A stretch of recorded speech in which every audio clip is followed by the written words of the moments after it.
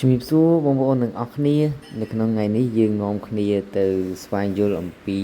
ចំណុចមួយដែលយើងនឹងអត់ធ្លាប់ឮពាក្យមួយដែលគេនិយាយថាចេះ impair gas exchange impair gas exchange ណា impair gas exchange កាលណាយើងនិយាយអំពី impair gas exchange យើងនិយាយទៅក្នុងសួតអញ្ចឹងមូលហេតុអីបានជា impair gas exchange អ្នកទាំងនេះដឹងហើយថាតើតើជាមួយនឹងការផ្លាស់ប្ដូរឧស្ម័នគឺយើងផ្លាស់ប្ដូរឧស្ម័ននៅក្នុងសួតណាផ្លាស់ប្ដូរឧស្ម័ននៅក្នុងសួតគឺយើងសំដៅទៅលើការផ្លាស់ប្ដូរឧស្ម័ននៅក្នុង alveol អញ្ចឹង alveol គឺជាកូនថង់សួតតូចដែលនៅក្នុងសួតរបស់យើងហើយជាធម្មតាដើម្បីផ្លាស់ប្ដូរឧស្ម័នបានគឺយើងត្រូវតែមាន capillary នៅជុំវិញហ្នឹងមាន capillary នៅជុំវិញ alveol អញ្ចឹង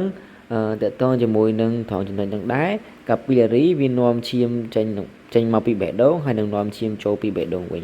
អញ្ចឹងនៅពេលដែលវាចង់ផ្លាស់ប្ដូរឧស្ម័នគឺវាផ្លាស់ប្ដូរគ្នារវាងនេះ capillary ហើយនឹង alveol នេះវាផ្លាស់ប្ដូរគ្នាដោយវានឹងយកអុកស៊ីសែនពីក្នុង alveol ហើយវានឹងផ្ទេរឲ្យកាបូនឌីអុកស៊ីតទៅក្នុង alveol វិញអញ្ចឹងឧទាហរណ៍មួយក្នុងករណីដែល alveol របស់យើងពោពេញទៅដោយslash អញ្ចឹង alveol របស់យើងមាន slash ច្រើនណាពេលដែល alveol របស់យើងមាន slash ច្រើននៅក្នុងនឹងនេះដោយសារតែការរលាកសួតអញ្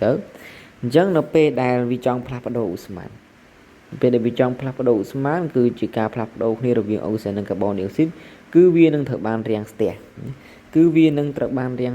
ដោយ slash ហ្នឹងអញ្ចឹងគឺវានឹងត្រូវបានរាំងស្ទះដោយ slash ហ្នឹងអញ្ចឹងហើយពេលហ្នឹងគឺរាងកាយរបស់យើងមិនអាច